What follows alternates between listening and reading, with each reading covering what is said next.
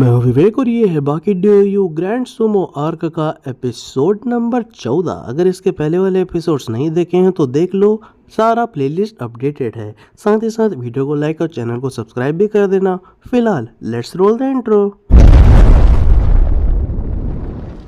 Episode की शुरुआत में हम देखते हैं बाकी के शॉक्ड चेहरे को। यहाँ पर टोकुगावा उसे बता रहे होते हैं कि ओगर ने उनसे क्या कहा।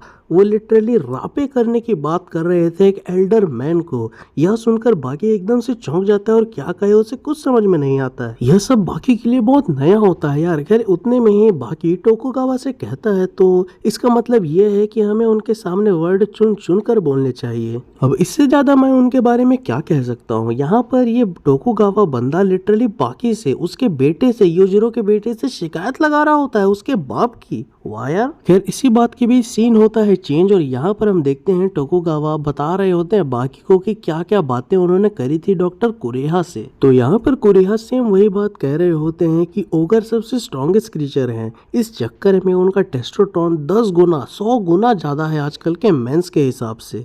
और इन सब रिपोर्ट्स के मुताबिक हमें ये पता चलता है कि योजिरो 24/7 हॉर्नी रहते हैं। बाप रे, ये बंदा हॉर्नी रहता है हमेशा के लिए। खैर तभी कुरेहा अपनी एक छोटी सी थ्योरी घुसाते हुए कहते हैं कि मुझे लगता है योजिरो का ऐसा होना बिल्कुल सही है। वो सारे इंसानों से ऊपर हैं, तो इस चक्कर में अगर आउटर स्पेस से कोई एलियन स्पीसीज आ जाए और कहे कि तुम्हारे स्ट्रॉन्गेस्ट क्रीचर को हमसे लड़ने भेजो और हम अपने स्ट्रॉन्गेस्ट क्रीचर को तुमसे लड़ने भेजेंगे, तो योजिरो को बुलाना कोई बुरी बात नहीं होगी। खैर इस बात को सुनने के बाद डॉक्टर कुरेहा से कहते हैं टोकुगावा मुझे लग रहा है कि तुम कोई साइंटिफिक पिक्चर देख के आए हो। खैर यहाँ पर डॉक्टर कुरेहा कहते हैं नहीं नहीं, ये सब बिल्कुल सही बात है, ऐसा हो सकता है। तो भाई यह डेट याद करके रख लो, इस वीडियो को याद करके रख लो। यह ईस्टर एग है भाई। हो सकता है कि आगे चल के एक एलियन वाला टूर्नामेंट हमें देखने को मिले जिसमें सभी के सभी हमारे हीरोज एक्शन में दिखें। खैर तभी अब जाके ये फ्लैशबैक खत्म होता है और यहाँ पर बाकी यह सब सुन के एकदम चौंका हुआ रहता है। उतने में ही टोकुगावा उससे कहते हैं क्यों बॉय,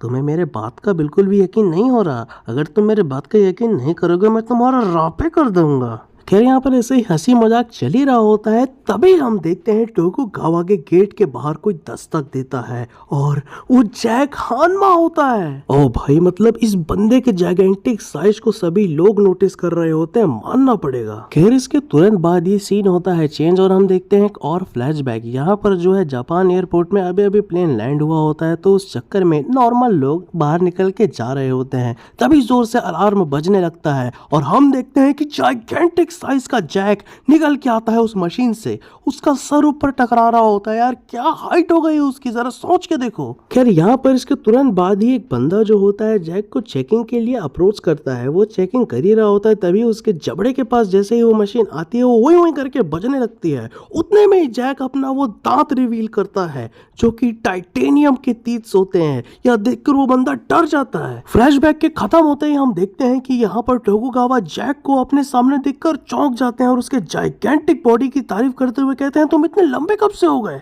तो पता है जैक इसके जवाब में क्या कहता है? शायद हानमा ब्लड के कारण। फनी तो था भाई, फनी तो था। खैर इसके बाद दोनों के दोनों बैठ जाते हैं एक जगह पर चाय पर चर्चा करने के लिए और जैक यहाँ पर कहता है दरअसल मैंने अभी अभी बोन लेंथनिंग सर्जरी करवाई है। इससे मेरे हाथ और पैरों का साइज बहुत ज़्यादा बढ़ गया है, जिससे मेरे हाइट में बहुत इजाफा हुआ है। साथ ही साथ मेरा जो कमर का हिस्सा है वो अभी भी पहले की तरह ही है। उतने में ही टोकुगावा जैक से पूछते हैं तो अभी तुम्हारी करंट हाइट क्या है? तो जैक जवाब में कहता है लगभग 8 फीट। खैर यहाँ पर जैक की हाइट लगभग पिकल के जितनी हो चुकी होती है। उतने में ही हम देखते हैं टोकुगावा कहते हैं हाइट के साथ साथ कुछ और भी बड़ा है। यहाँ पर वो मसल की बात कर रहे होते हैं जैक की, उसके ताकत की बात कर रहे होते हैं जो कि सच में काफी ज्यादा बढ़ गई है यार। खैर यहाँ पर उतने में हम देखते हैं टोकुगावा बाकी और मोटोबे के साथ हुई जैक की फाइट को याद करते हैं और कहते हैं तुम बहुत ज्यादा इम्प्रूव हुए हो उस समय से। खैर उसी बीच जैक कहता है हाँ मैं उन सबको नहीं बोल सकता, वही तो है जिन्होंने इम्प्रूव करने में मुझे मदद करी है। खैर यहाँ पर जैक बात कर ही रहा होता है, उतने में टोकुगावा नोटिस करते हैं कि जैक का जो जॉ है वो थोड़ा अलग लग रहा है। खैर उतने में टोकुगावा कहते हैं तुम्हारा जॉ बहुत ज्यादा स्ट्रॉन्ग लग रहा है, क्या तुम इन्हें अलग से ट्रेन कर रहे हो? उतने में जैक जवाब में कहता है बिल्कुल सही कहा आपने, यहाँ पर कुछ इम्प्रूवमेंट्स हैं। और उतने में ही वो अपने दांत दिखाता है टोकुगावा को। वो कहता है कि मोटोबे से मार खाने के बाद उसके पूरे दांत झड़ गए थे, तो उसने ये लगवाए हैं। और उतने में ही जैक टोकुगावा को बताता है कि उसने अपने काटने की शक्ति को बहुत ज़्यादा बढ़ा लिया है, अपने जॉ को बहुत ज़्यादा स्ट्रॉन्ग कर लिया है। वो एक तरीके का मार्शल आर्ट्स यूज़ करता है जिसका नाम उसने गाओडू रखा है और उसे कहते हैं काटने की कला। फिर यह सुनकर टोकुगावा बहुत ज्यादा खुश होते हैं। यह इम्प्रूवमेंट देखकर उन्हें सच में काफी अच्छा लगा होता है। उतने में वो जैक से पूछते हैं, आप सीधा सीधा बताओ तुम्हें मुझसे क्या चाहिए। उतने में जैक कहता है मैं सुमो को काटना चाहता हूँ। उतने में टोकुगावा कहते हैं, क्या तुम अपने इस नए मार्शल आर्ट्स के बारे में थोड़ा सा और एक्सप्लेन करोगे। उतने में जैक बताना शुरू कर देता है कि अगर आप एक वेल ट्रेन फाइटर और एक छोटे बच्चे को लड़ा दो तो छोटा बच्चा बिल्कुल भी नहीं हरा पाएगा उस वेल ट्रेन फाइटर को। खैर इन्हीं सब के बीच अगर वो अचानक से बाइटिंग का प्रयोग कर दे तो वो उस वेल ट्रेन फाइटर की चीथड़े उड़ा सकता है। यह बाइटिंग की टेक्निक है जो कि हर कोई यूज कर सकता है। यह मैनकाइंड का एक बहुत बड़ा वेपन है जो कि है हमारा जॉ।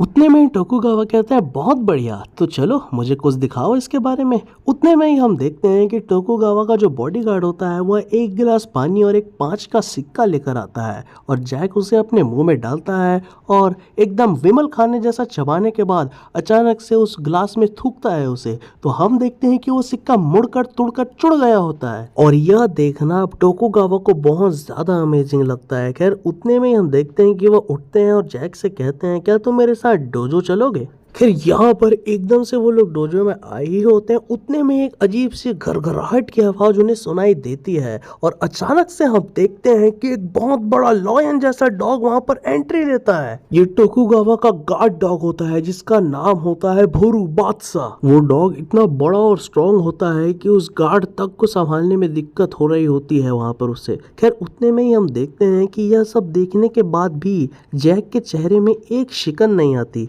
मतलब सोचो यार कितना कोल्ड बन चुका है, सिग्मा मेल हो चुका है हमारा जैक। खैर उतने में टोकुगावा यहाँ पर जैक को बताते हैं कि इसका नाम मैंने भूरू बादशाह रखा है और यह जो है तिब्बतन मैस्टीफ है जो कि बहुत ज्यादा स्ट्रॉन्ग डॉग्स होते हैं और यही एक लौते डॉग्स होते हैं जिनके बारे में कहा जाता है कि ये टाइगर को भी मार सकते। खैर जब मैंने इस डॉग का नाम रखने के लिए एक पोस्ट डाला था तो बहुत लोग उसमें भूपेंद्र जोगी बोल रहे थे जो कि बहुत गलत है यार। इंस्टाग्राम का चीज यहाँ क्यों ला रहे हो। खैर यहाँ पर अब भूरू बादशाह और जैक आमने सामने खड़े होते हैं और यह वाला एपिसोड यहीं समाप्त हो जाता है। खैर वीडियो को लाइक और चैनल को सब्सक्राइब करना मत भूलना। Love you all, I am Bhupendra Jogi.